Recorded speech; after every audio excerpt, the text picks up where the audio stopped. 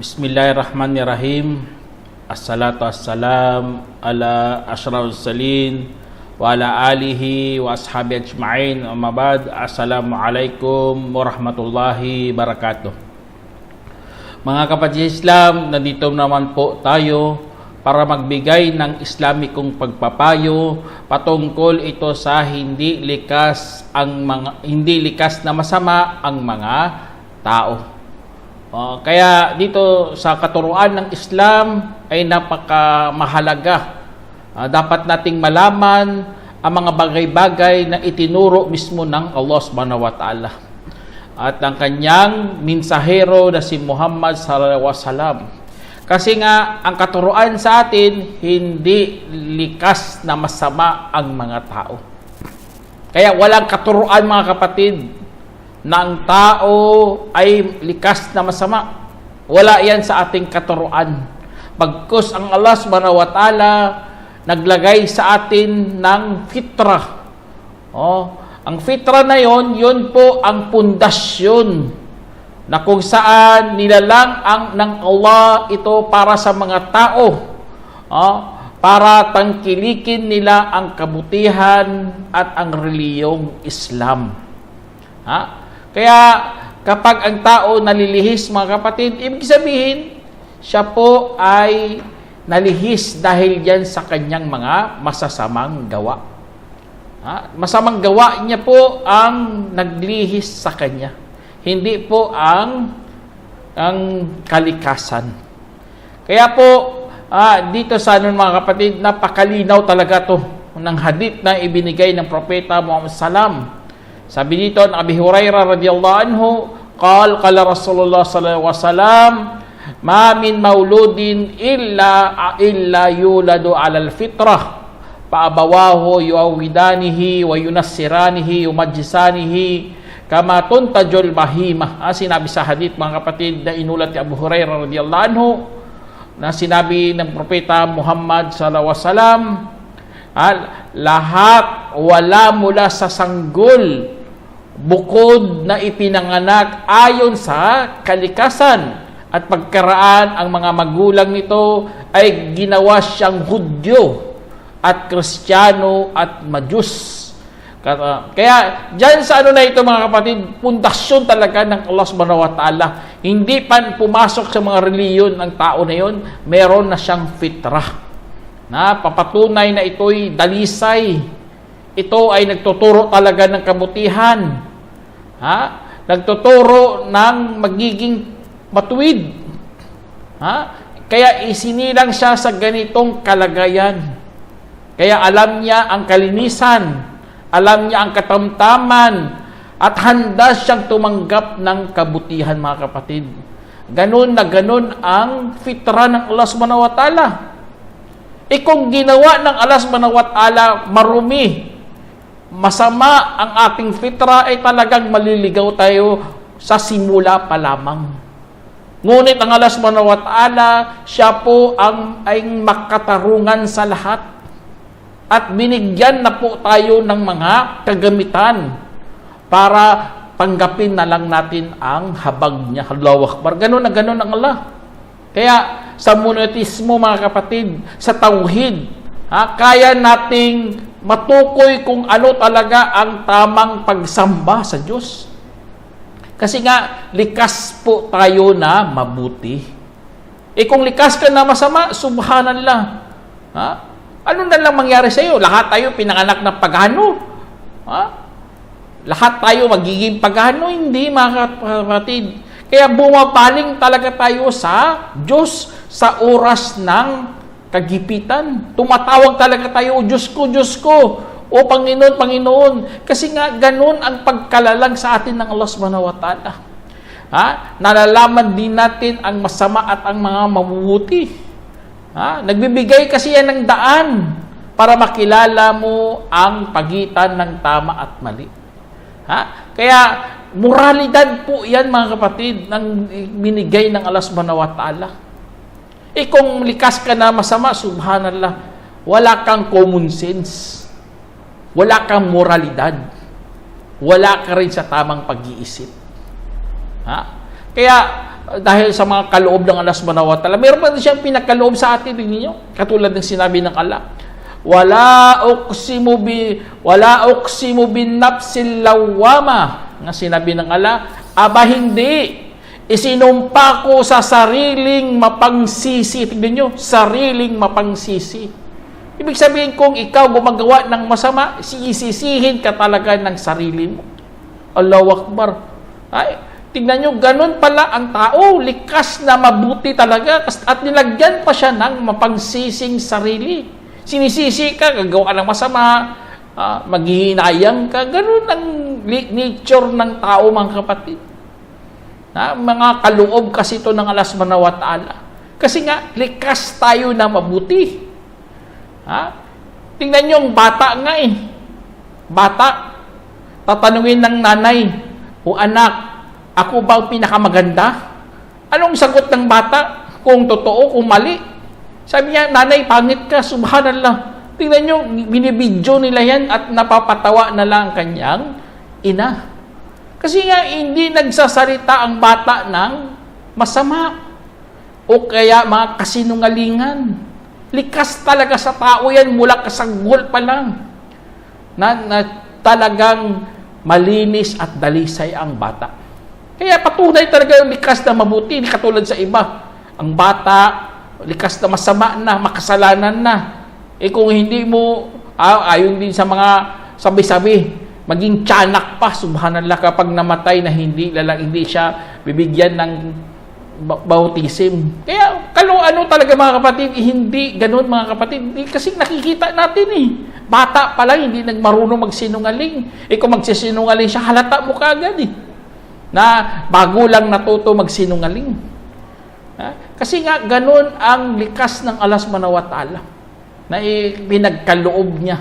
Kaya, sa simula pa lang mga kapatid, hinatulan na tayo ng Allah subhanahu wa ta'ala na malinis at dalisay. At ang bata mga kapatid, katulad sa hadith ni Prophet Sallam and Ali alayhi salam, Nabi sallallahu alaihi wasallam qal Rafi al-qalamu an thalathin anin naim hatta yastayqid wa anis sabihi hatta yahtalim wa anil majnuni hatta yaqil. Sinabi sa hadith na inulat ni Ali radhiyallahu anhu na sinabi ng propeta Muhammad sallallahu alaihi wasallam, inangat ang panulat hinggil sa tatlo, sa taong natutulog hanggang gumising, at sa bata hanggang magbinata, at sa baliw hanggang magkaisip. Isinalaysay ni Abu Dawud at itinama ni Albani. Allahu Akbar. Tingnan nyo mga hadith dito mga kapatid. Hinatulan ng bata pa lang. Ang bata hindi pala hatulan. Kung sasabihin mo, likas na masamang tao, subhanallah, dapat bata pa lang hatulan niya ng Allah subhanahu wa ta'ala. Pero hindi. Pinaliban hanggang nagkaroon siya ng tamang pag-iisip. O kaya lumago na siya sa karunungan. Doon na siya hahatulan ng Allah subhanahu wa ta'ala. Doon na isusulat ang kanyang mga masasamang gawa. Pero hindi. Kaya mali talaga sasabihin mo, likas na masamang tao, mga subhanallah. Ano yan? Hayop? Na bumapatay para makakain. Iba ang pagkalika sa atin. Mahal tayo ng Allah subhanahu wa ta'ala mga kapatid. Kaya sa utak mga kapatid, hinihintay yan. Ang bata kung lumago na sa karunungan kasi lumalaki kanyang utak nagkakaroon siya ng mga karanasan, mga kaalaman, o ano-ano pa mga bagay na natutunan niya, hanggang natuto na rin siya magsinungaling. Kaya sa araw na paghuhukom, sa araw ng paghuhukom, hatulan niyang noo Sabi ng Allah, kallala illam yantahi lanasfa'an bin nasiyah. Nasiyatin kadibatin khati'ah. Ang sinabi ng Allah, aba hindi. Kaya kung hindi titigil ay talagang ang kakalad ka rin namin siya sa noo. Noon na sinungaling na makasalanan. Kaya ganun ang pagkasabi ng Allah, noon na sinungaling na makasalanan. Kasi doon siya magsisinungaling. Pero ang bata, mga kapatid, hindi ganun. Hindi siya hahatulan sa paglaki niya na. Kasi lumago ng kanyang pag-iisip. Kaya alhamdulillah mga Muslim tayo, alam natin ang relihiyong Islam. Na tinuruan talaga tayo na hindi tayo nilikha na masama. Hindi likas sa atin na masama. Hindi katulad sa ibang pananampalataya, mga kapatid. Lalo na sa Kristyanismo. Si Adam at si Eva, yun lang ang nilikha na mayroong likas na mabuti. Sa time na kumain na sila ng puno ng karunungan, nagkaroon na silang nalaman na nila ang tama at mali, doon na pumasok ang kasalanan sa mundo. At saka ipinamana sa kanilang mga supling, subhanallah. Dahil doon, mga kapatid, tingnan nyo, nagkaroon ng tinatawag na mga sanggol ay pinanganak na mga makasalanan na. Born as sinners na sila, mga kapatid. Dahil doon nagkaugat ang ganitong doktrina, nagiging original sin na. Subhanallah. Na tinuturo talaga nila ng mga bata, mga kapatid, ipinanganak sila na makasalanan sa kanilang kalikasan. Masasama. Kasi nga dahil yan sa unang kasalanan ni Adam at ni Eva. Kaya dahil doon minana hanggang sa kalukuyan, hanggang kailangan na nila, mga kapatid ninyo, ang sangkatauhan ay humihiwalay na sa Diyos dahil sa kasalanan, dahil sa pagkahilig sa kasalanan, likas na pagkahilig sa kasalanan. Kaya hindi ganun sa Islam, mga kapatid. Sa Islam, alhamdulillah, natutunan natin ang likas ng tao ay mabuti, dalisay po. Tingnan nyo, mayroon ngang katibayan din na ang tao dalisay talaga. Kasi sa time na lumago na siya, nagkaedad na siya, doon na siya hahatulan at pananagutin sa kanyang mga pinanggagawa. Doon ka mananagot, mga kapatid. At kakargahin mo talagang kasalanan mo. Tingnan nyo, ganun ang doon, hindi bata ka pa lang, wala kang kamuang-muang, tapos kakargahin mo ng kasalanan, hindi ganun. Dapat lumaki ka na, doon ka na magkakarga, kasi nga malinis nga ang iyong budhi.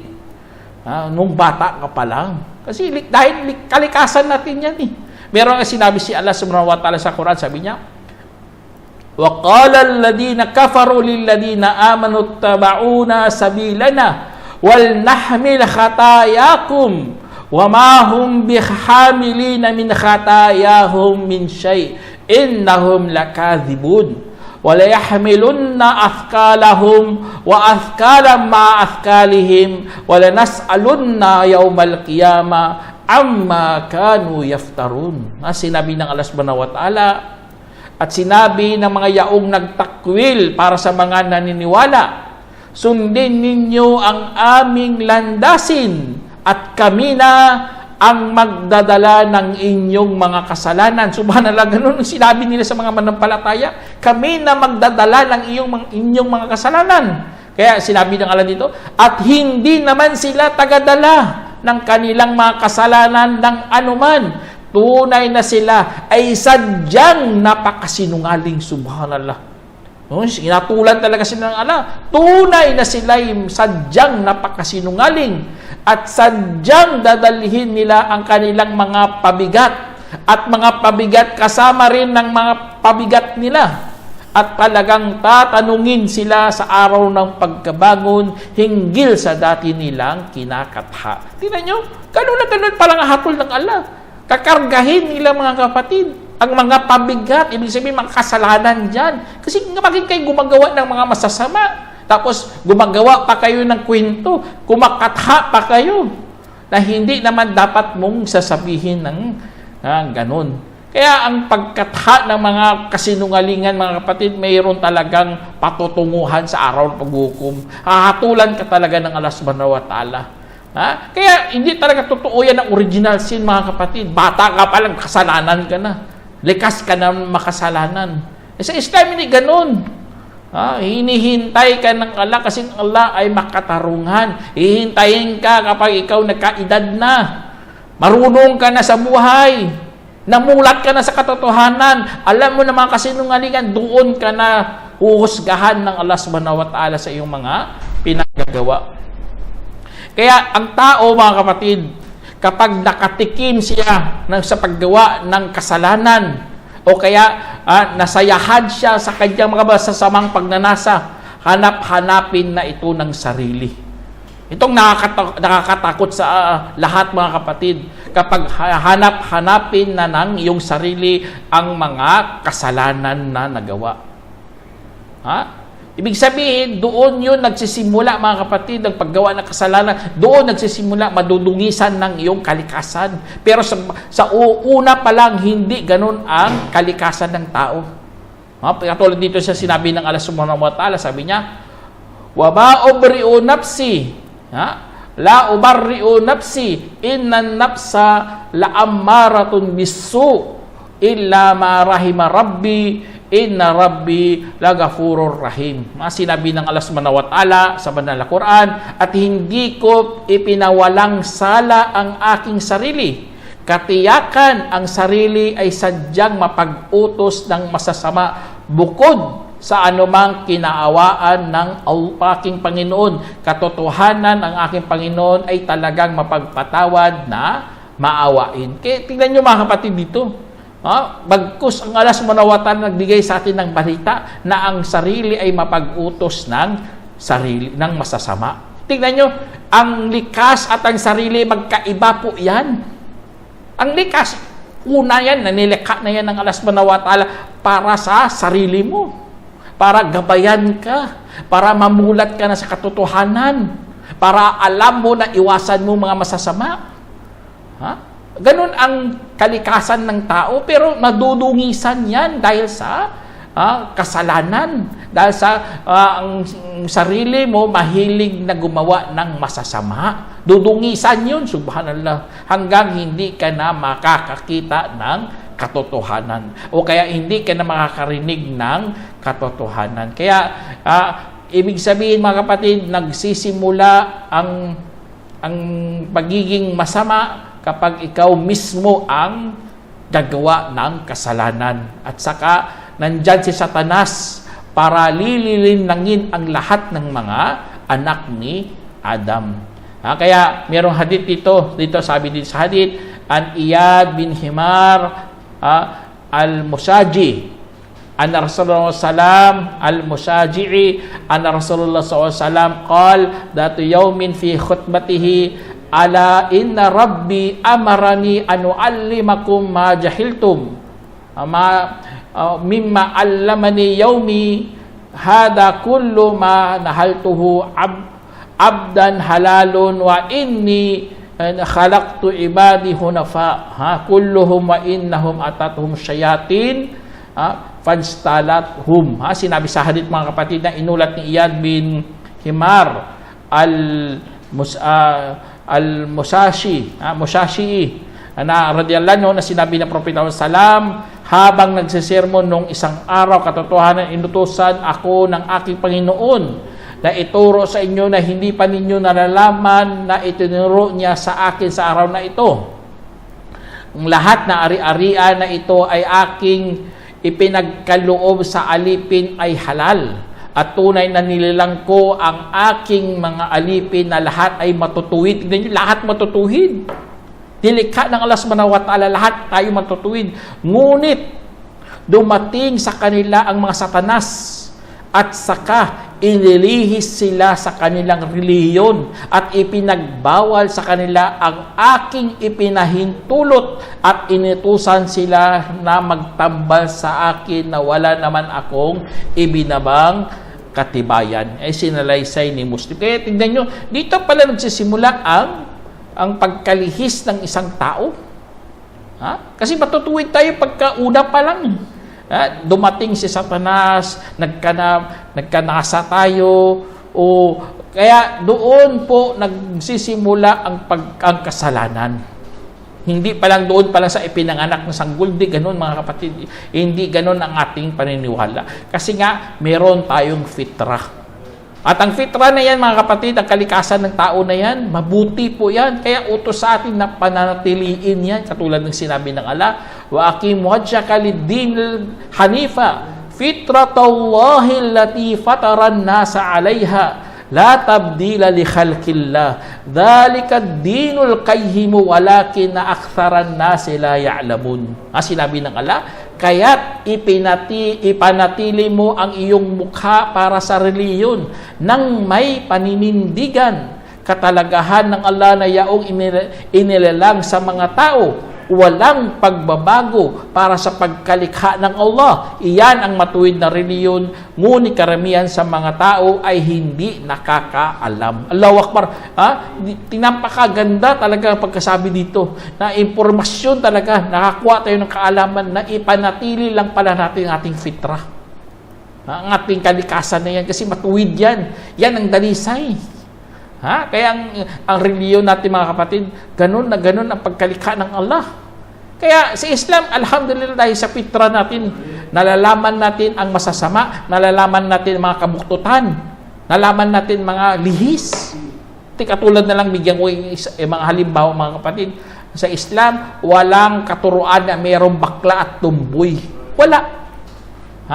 Likas na maayos ang pagkalikha ng ating tagapaglikha sa atin.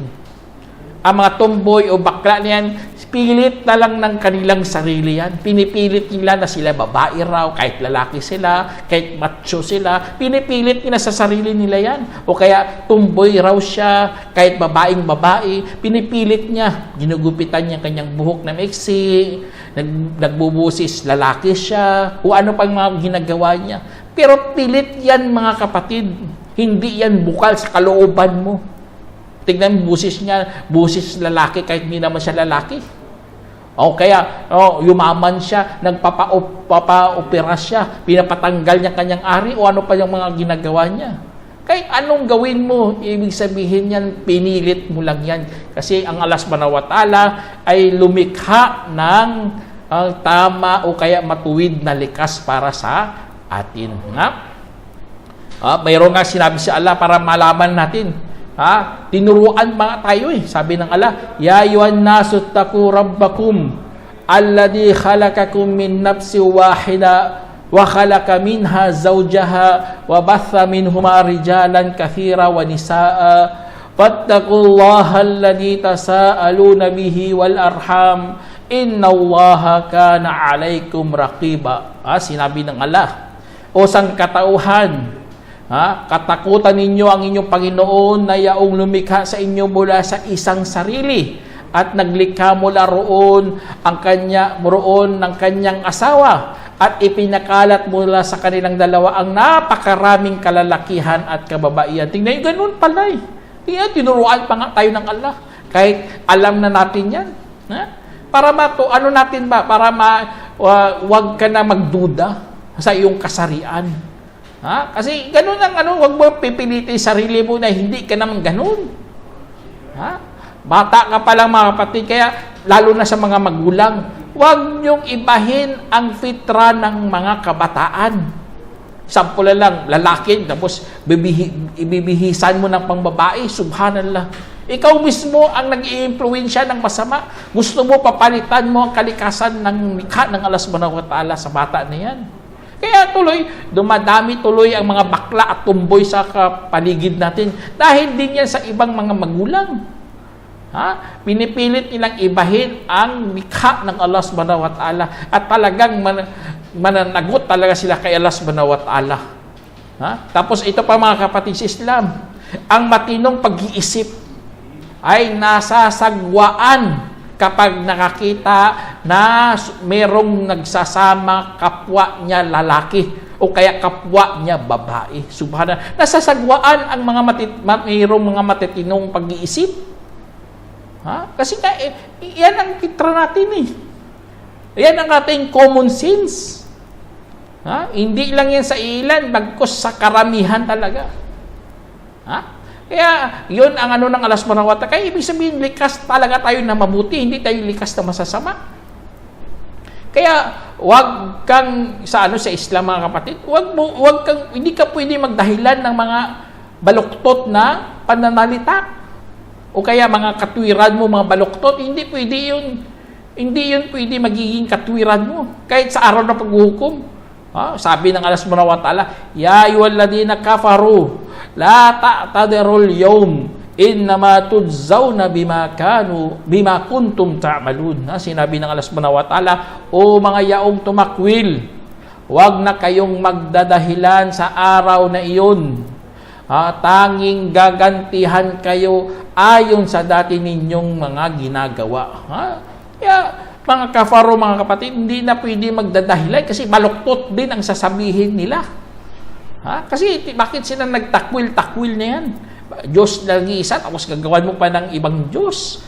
Meron ka pang, o kaya utos na napakalinaw, tapos ikaw itatakwil mong utos.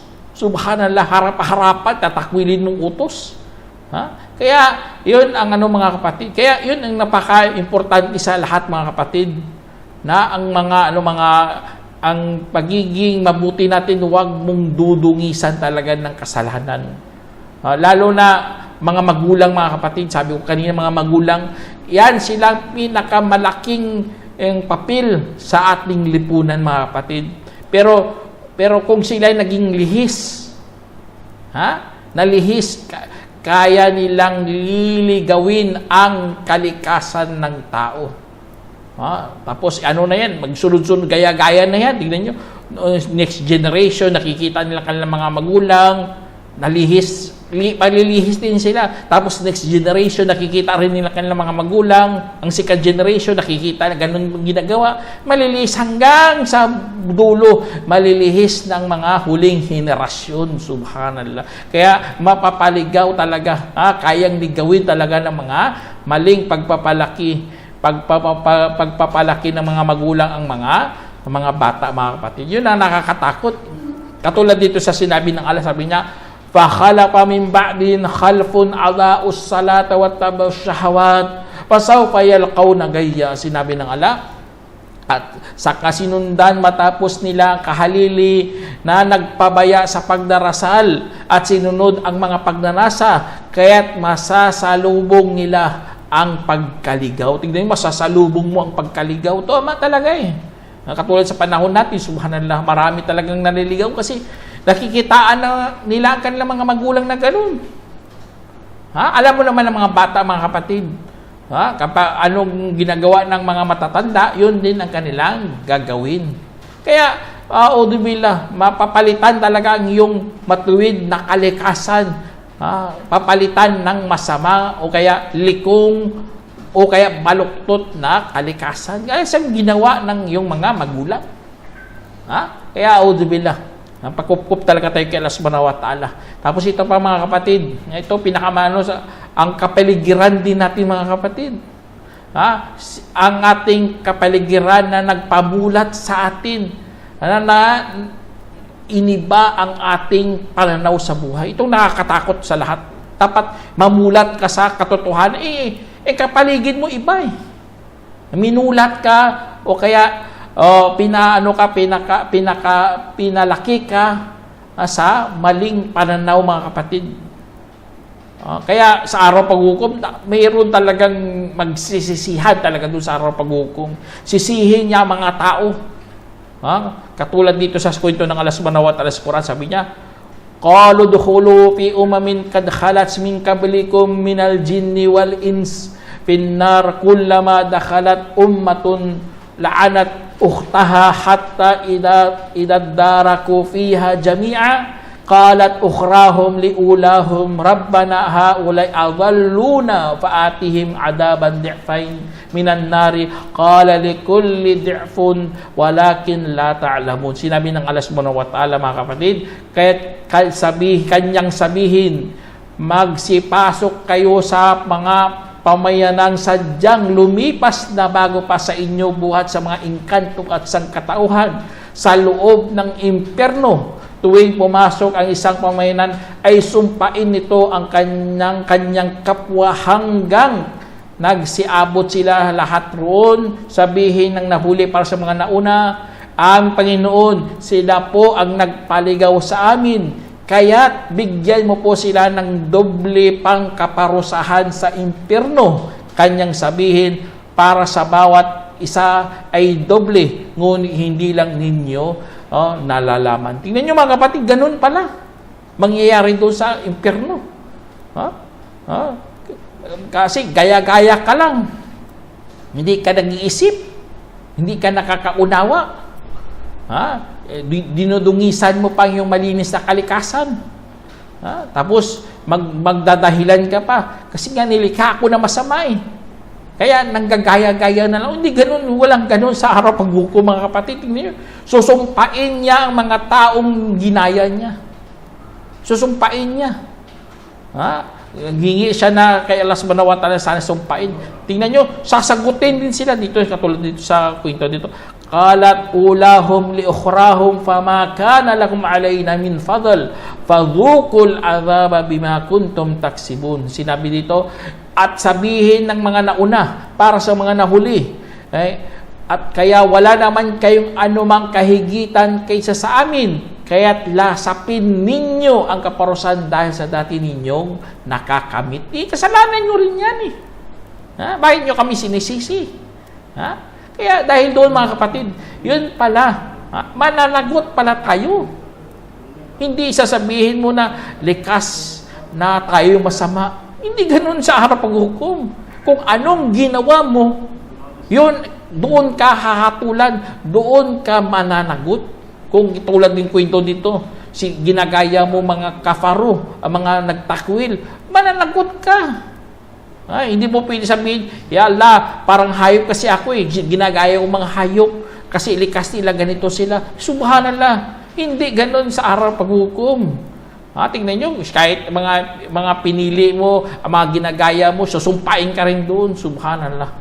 Kaya tao mga kapatid, sa totoo lang, gusto lang talaga magpakasama. Gusto lang talaga magpakasama. Hindi ang kanyang likas ang ginawa siyang masama. Bal yuridul insanu liyafjura amamah yas'alu ayyana yaumul qiyamah. Sinabi ng Allah, bagkos gugustuhin ng tao para magpapakasama sa harapan niya. Magtatanong kung kailan ang araw ng pagkabangon. Subhanallah. Kaya, ingat talaga mga kapatid. Inshallah, sana meron kayong napulot ang aral. Hanggang dito na lang. Assalamualaikum warahmatullahi wabarakatuh. جمعية الدعوة نور، الدعوة للجميع.